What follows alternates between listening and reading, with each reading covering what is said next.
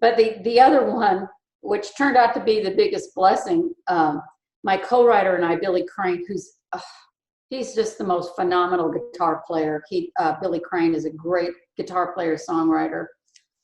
And we had written this song, and the first pitch that I made to it was to Scott Hendricks, who was looking for Susie Boggess. He put it on hold for Susie Boggess. Susie went into the studio, couldn't pull it off. It didn't get cut. So that happens a lot. You know, you get a song, you think you're going to get a cut, doesn't happen. Billy calls me up and said he played the song for Paul Worley, who's a big producer, and says Patty Loveless has just put it on hold. He's going to cut it on Patty Loveless. Patty had just had the song Blame It on Your Lying, Cheating, Cold Dead Beating Heart. Yeah. Huge. At the same time, Blake Chansey called over to my publisher. I had dropped it off to Blake Chansey, and he was producing this little-known act of 3 girls.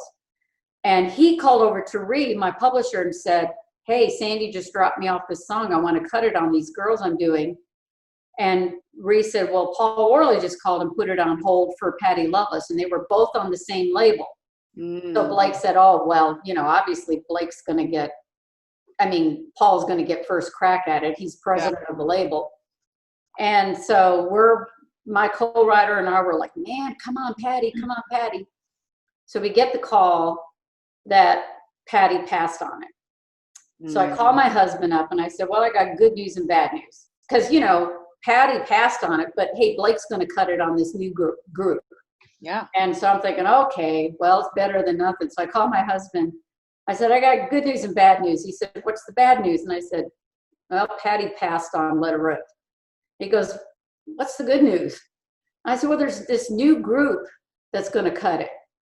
And he said, new girl group that Blake Chansey is producing. He said, what do they call it? I said, the Dixie Chicks. And he said, oh, that'll never fly. How stupid is that name?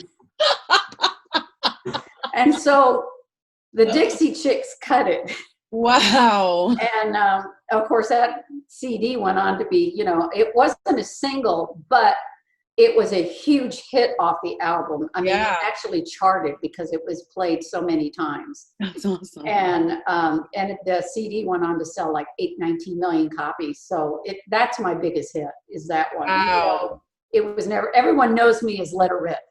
That's as Let Her Rip, the Let Her Rip chick. The Let Her Rip. Oh my God, isn't that the best? And so, you know, sometimes you think your biggest heartbreak is going to be, it turned into my biggest success story. Let her rip.